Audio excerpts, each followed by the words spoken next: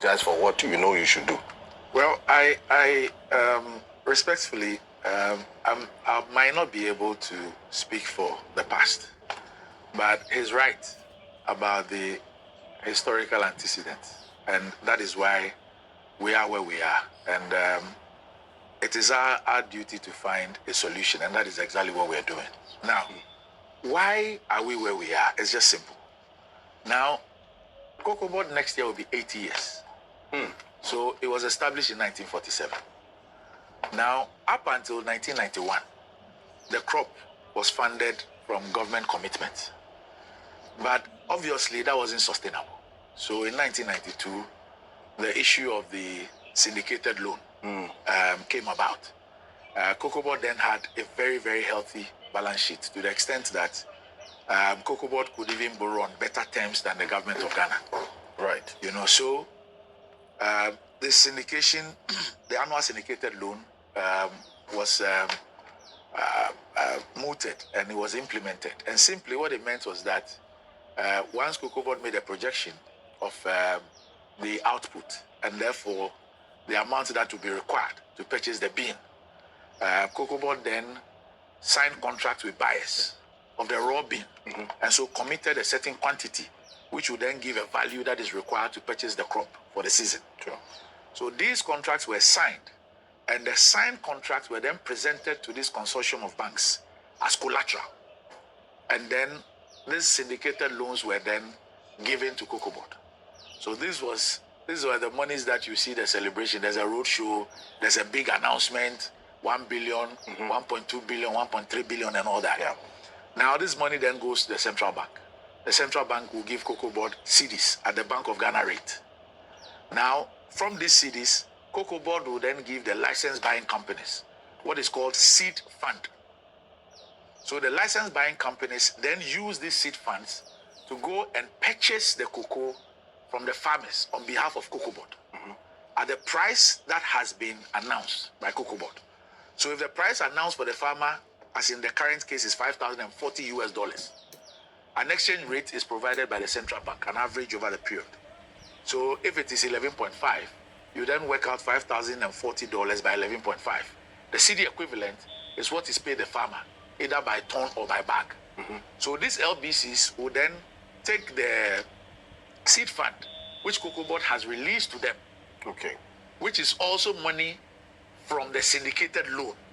Right. And they will go to the farmers and purchase the crop on behalf of Cocoa Board.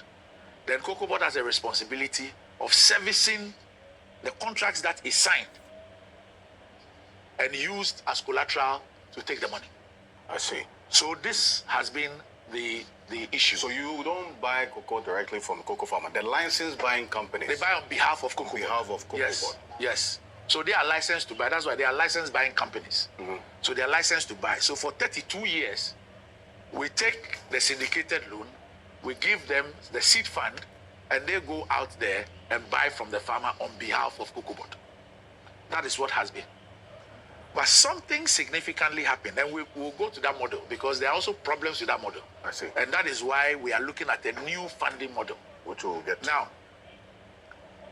what happened was that Cocoa Board had also issued what they call cocoa bills. And individuals and companies had bought them, Yeah. cocoa bills. True. But in 2022, just when government of Ghana was doing the DDEP, Cocoa Board also declared that it virtually was broke. It could no longer service the cocoa bills, and so asked for a restructuring of the cocoa bills. Which resulted in a haircut. Yes, so the cocoa bills were restructured with the first payment due 1st of September 2025. But that the money should be lodged into the account. CBG led that process by August ending of 2025. So for 2.5 years, Cocoa Board knew that this had been deferred and they would have to make this payment. Okay. Now, in 2023, Cocoa Board then went back to do the syndication. And this was the last time that the annual syndicated loan was done, the 32nd year. So Cocoa Board went out there to do the syndication for the first time in the history of Cocoa Board. And I've explained to you how you do the you sign a contract, you lodge the contract as collateral, and then on the basis of the collateral, the money is released to you. And then the central bank gives you CDs. You give these CDs to the license buying companies to buy the cocoa on your behalf. Now, the season opened in September. For the first time in the history of Cocoa Board, the first tranche of the syndicated loan hit Cocoa Board's account 2 days to Christmas. And if you listen to the license buying companies at their press conference, the first money they received from Cocoa Board was on the 26th of January, 2024. So the season opened in September, October, November, December, January. For the first time in the history of the syndicated loan, the 32-year history, the money came about 4 or 5 months after the season had opened. Now, at the end of it even got to a point in that season that Cocoa Board could no longer draw down on the syndicated loan. So Cocoa Board went to the Ministry of Finance and took a loan, a bridge financing of $70 million, which is on our books, that we expected to pay to the Ministry of Finance to be able to buy crop for that season. Now, at the end of the 23-24 season, something significant happened. Cocoa Board was unable to supply 333,767 tons of the cocoa contracts that it has signed and used as collateral to take the syndicated loan. How so? 333,767 tons Cocoa Board could not supply. And these contracts were signed at $2,600 a ton. $2,600 US per ton. So if you multiply the 337,000. Don't even get there yet. Don't get there yet. So this is what happened. So almost close to 400,000 tons of cocoa sold at 2.6 could not be supplied. The first time in the history of Cocoa Board. But that is why I went back to 2022, the issue of the cocoa bills. You know, right. So that clearly was telling everybody, including the financial community, that we were broke. Our finances was not good. So no wonder 23-24 we had those problems with the syndicated loan. Then worst of all, we could not supply close to 400,000, 333,767 tons. Sold at $2,600. Now, right after this was when cocoa prices then shot up. At a point 12,000, then 11,000, then 10,000, settled around the 9,000s. $9,000 US dollars a ton. Yes. It went as high as 12 on the world market. Yes, 11, 10, settled around 9,000. Now, so 24-25, Cocoa Board issued, the process starts with what you call a request for proposal. So Cocoa Board will issue the request for proposal, and these banks will respond to it. For the first time, no bank responded to the request for proposal. Right? Wow. Yes, because of what had happened. Bills. Yes, GDP and all. you had declared that you were broke, you couldn't settle your cocoa bills, and you had asked for a deferment in payment and haircuts and all that.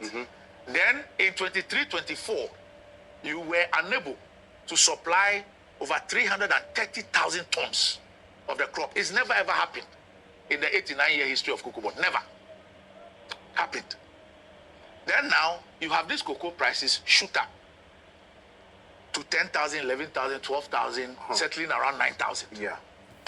So now, if you want to do the syndicated loan, you need to go back to the same buyers who you have defaulted in supplying the cocoa, for them to sign new contracts for you, and for you to send these contracts to the banks,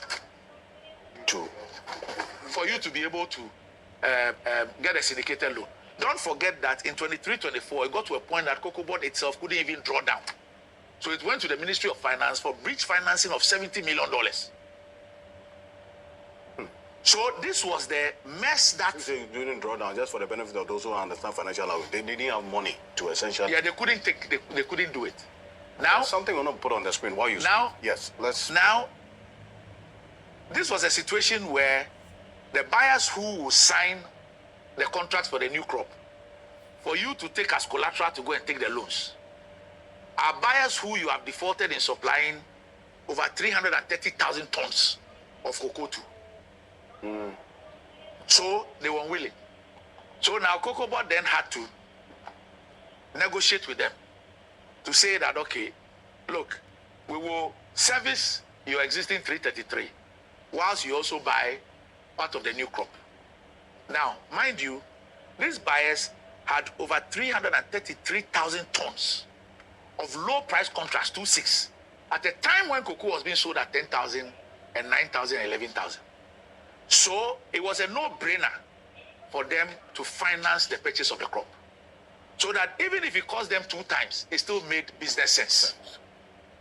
Because if cocoa is being sold at 10,000 and they can be able to retrieve what they have at 2,600, it makes sense. So the buyers then agreed that we will give you new contracts, we'll finance the crop. So we'll buy new ones whilst you also service the 2.6. So whilst we are buying at 9,000, you're also servicing the 2.6 for us. So that then became the model that was used for 24-25. So now, watch this. There was no more syndicated loan, and therefore no more seed money to LBCs. Now it was the buyers who were financing the crop. So the buyers would then make an order. Let's say, I want 50,000 tons at this price. Then you find an LBC to buy that 50,000 tons. So what they were doing was that they will give 60%. And then once the bean is supplied, they pay the other 40%. So they pay Cocoa Board the 60%. You then remit the 60% to the LBC for the LBC to go and buy. So now instead of the syndicated loan where you took the money, it came in bulk to the central bank. The central bank gave you the CDs. You gave seed money to the LBCs to go and buy. Now you were purchasing the bean on the basis of the financing of the buyer. So the buyer makes an order. The buyer gives you 60%. You give that 60% to the LBC. The LBC goes to buy the bean. And then you supply the bean. So that is what we inherited in 24-25. But when we came in, we realized that, look, this is not something that was well thought out, as in a strategy or anything.